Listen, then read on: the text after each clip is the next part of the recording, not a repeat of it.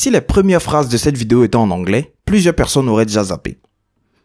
Mais le paradoxe ici est que ces mêmes personnes souhaitent apprendre l'anglais. Malheureusement, c'est un phénomène auquel plusieurs apprenants sont confrontés. La peur d'affronter la langue. Dès l'instant où vous n'arrivez pas à comprendre un mot, 2 mots, 3 mots, 4 mots, vous vous sentez automatiquement intimidé et cela vous démotive. Ce n'est absolument pas l'attitude à adopter. Comme on le dit en anglais, practice makes perfect. La maîtrise s'acquiert par la pratique.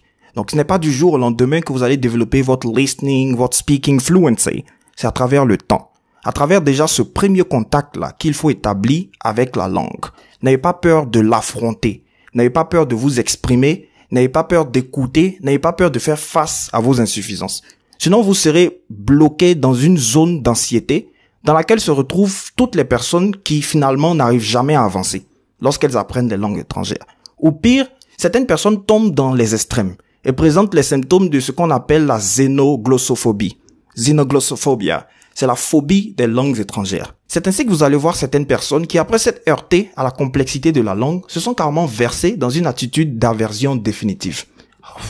Qu'est-ce que j'ai à foutre avec l'anglais? De toute façon, c'est la langue des colons, blablabla, blablabla.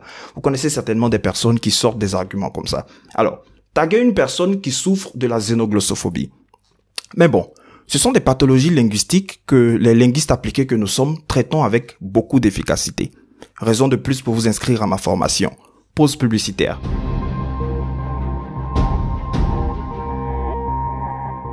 J'aurais personnellement souhaité qu'il existe une méthode qui vous permette d'apprendre l'anglais en 1 mois ou 2, tout au plus. Mais malheureusement, la réalité est tout autre. C'est un process qui demande beaucoup de temps et surtout beaucoup de patience. Comme je le dis parfois, c'est un investissement. Vous savez, les grandes réalisations coûtent. Si vous voulez avoir un bon niveau de langue en anglais, il faut déjà investir donc de votre temps. Mais aussi, si vous voulez aller plus loin et bénéficier d'une formation de qualité, vous allez investir votre argent dans cette formation. Toute grande réalisation coûte un sacrifice. Tous les grands objectifs que vous vous fixez ont un prix. Vous devez être prêt à payer ce prix-là. Psychologiquement, vous devez vous préparer avant même que cela se matérialise sur d'autres aspects.